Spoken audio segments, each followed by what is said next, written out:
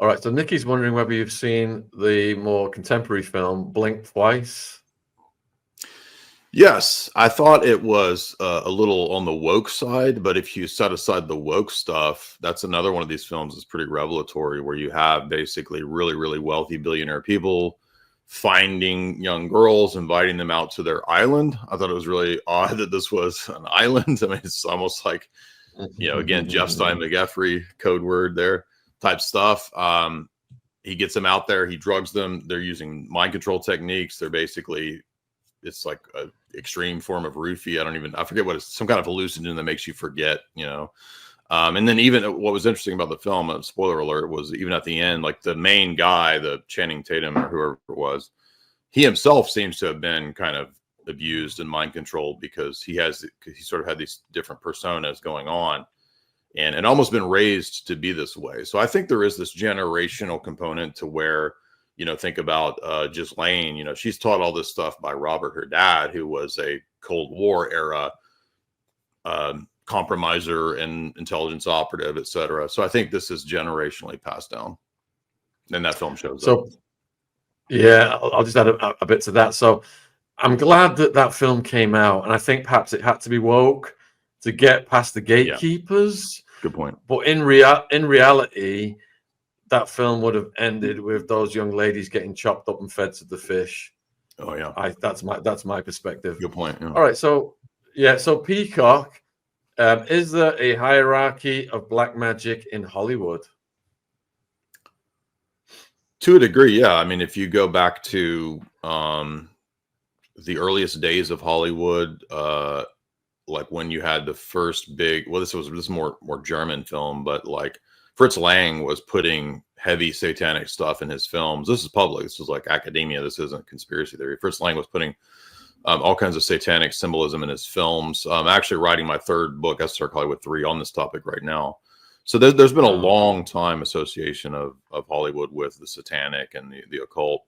If you go back to the Elizabeth Smart case, where she was ritually dismembered and murdered in the Black Dahlia case, that's another direct tie-in to a lot of high-level Hollywood figures. In fact, for a while, Orson Welles was a suspect in the Black Dahlia case, because George Hodel was so close to people like John Huston. Huston has oftentimes been associated with this case. So even Edward G. Robinson, the famous actor, was associated with those circles too. So I think this has always appealed to people in film, artists, creative types. They're sort of drawn to these fringe, aberrant religious movements a lot of times because they think they'll get maybe inspiration, they'll get networking capabilities through these secret societies. And I think what's really going on most of the time is that a lot of these cults are run by really cunning, deceptive people who are controlling people. They're not really, I mean, there is a sense in which you can go up the ladder and get power through the cults, but you're also becoming their bitch, like we said earlier. So yeah, I think there is this hierarchy of secret societies and cults, but it's a super tight control system, more so than it is like real magic. All right, we've got well over 3,000 watching live. I'm putting Jay's YouTube channel link in the live chat. So people, please support his important work. All of these other links are in the description box. Thank you for all the questions coming in. There's tons of them. I'll try and get through as many as possible. Felicia, what does Jay think of the movies that Zoe Kravitz, Lenny's daughter, produced? Do you know which one that is? Didn't she produce Blink Twice? Was that what I'm thinking of? Oh, was it? We already covered that then. All right, let's go over to Hells. Are these movies that show the symbolism all deep state, or are some from the light side trying to show us what's really going on? We would hope so. There'd be some would get. Yeah, I don't think it's either or. I think there's you're dealing with hundreds of people, thousands of people sometimes that go into the making of a movie. So I think that usually what you find with the high level propaganda or the mind control is like the big blockbusters usually have the most propaganda. They're the ones that are usually trying to deflect and make some other country the bad guy if it's a Bond movie or something like that, or they'll try to get the message out, but then it gets skewed and it's reversed as to who's really behind it. So there's a mix of things going on. A lot of independent films might be better nowadays for actually telling us what's going on rather than the blockbuster studio films. But again, the studio system is dying, so that's going away. That's legacy. It's all transitioning over into like streaming services and Apple Studios and Amazon Studios. So I don't think it's getting any better per se, but I think actually people are getting tired of just all of the Hollywood degeneracy and the nonsense. And maybe this will open it up to where a lot more independent filmmakers can be successful. That seems to be already happening. So no, but I don't think they're all bad. No. Question from GMC Films.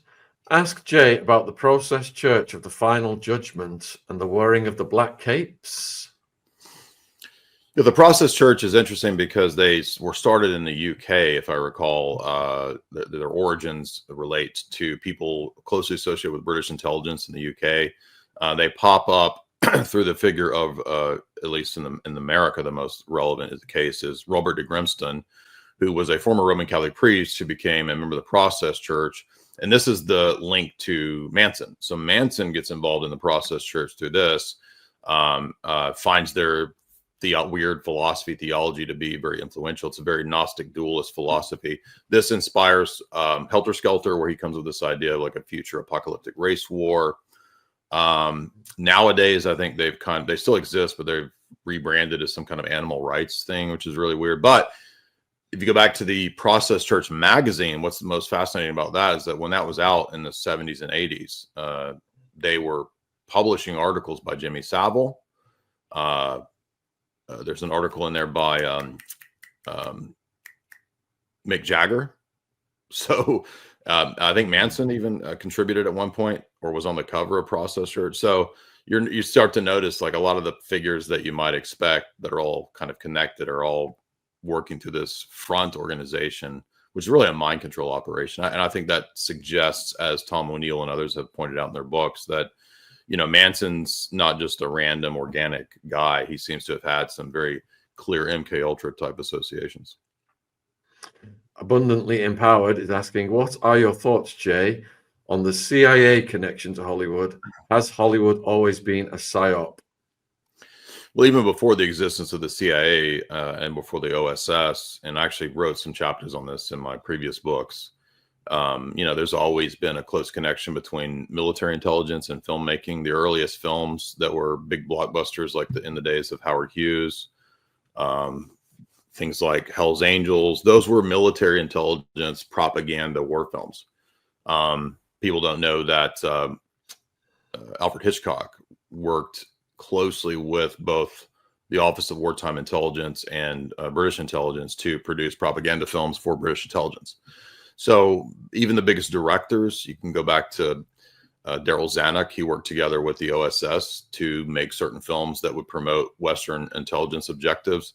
So absolutely. And then it only, as those entities rebrand, you go from the OSS to the CIA, it only gets closer and closer of an intimate connection. I mean, under the period of Ronald Reagan, Reagan was actually just allocating government money to Hollywood to churn out just nonstop kind of propaganda films for all branches of the military. Top Gun, classic example of that. So absolutely, it's always been flip sides of the same coin.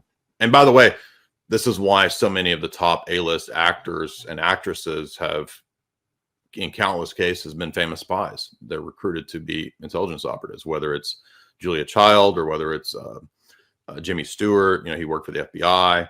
Julia Child worked for the OSS. Even Audrey Hepburn, like she did counterintelligence stuff for the anti-Nazi networks for the UN, the United Nations stuff. I mean, so she did peacekeeping anti-Nazi stuff. Maybe it wasn't the UN, but it was some kind of NGO that she was working for. I mean, most of these actors, Marilyn Monroe had a Department of Defense badge, and she had access to all these like government places. I mean, so it's like it never ceases to amaze me, like how many of these actors and actresses have worked for intelligence. And by the way, I think you can look at people like Ben Affleck and people like that who almost kind of admit that they do. He's like, oh yeah, of course, we consult with the CIA to make movies like Argo. I mean, I think some of those people are actually just literally work for the CIA. And you're getting asked about MKUltra, the Manson family, Sharon Tate. What are your thoughts there?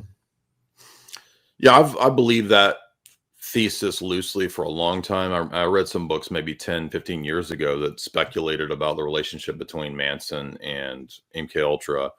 That seems to be vindicated through the more recent work of Tom O'Neill and the Chaos book. I think that that's true. It seems like when Manson was in prison, he also, went through all the levels of Scientology to achieve theta clear. To me, that just screams like brainwashing, mind control. I think that's what Scientology is, kind of a brainwashing thing. So exactly how it all worked out, I don't know, but there's definitely a lot of people around in the orbit of Manson who have these organized crime and intelligence connections. Jay Sebring, Bobby Beausoleil, the Process Church, British intelligence. Yeah, I think Manson was probably a kind of MKUltra subject, if not totally a mind-controlled pawn. But exactly how it all went down, I don't know. I don't know if he was literally handled to tell people to go murder people or how it went down, but I do think that it's fishy for sure. Madame Papillon, does Jay have any thoughts on the film Rosemary's Baby and its supposed links to Sharon Tate? Yeah, I mean, the same book that I'm talking about, like there were people writing about this 10, 15 years ago, talking about the alleged association between Anton LaVey and the film, which I think has been debunked. I think Anton LaVey wasn't involved in the production of the film, but this would more so relate to the circles of Roman Polanski, because Roman Polanski was, obviously he was, married to Sharon Tate, but I'm not alleging that he caused it or was behind it, but there have been books written that talked about the involvement in various occult activities that were going on with Angelica Houston and other people in those circles when they were having these parties where supposedly the underage stuff happened that resulted in Polanski leaving the country and living in, I think, Poland or wherever he lives. So that to me suggests that, yeah, there are secret society occult things going on with Polanski at least, and with the circles of the Mansons and the Tates. So I wouldn't be surprised if she wasn't some kind of occult sacrifice.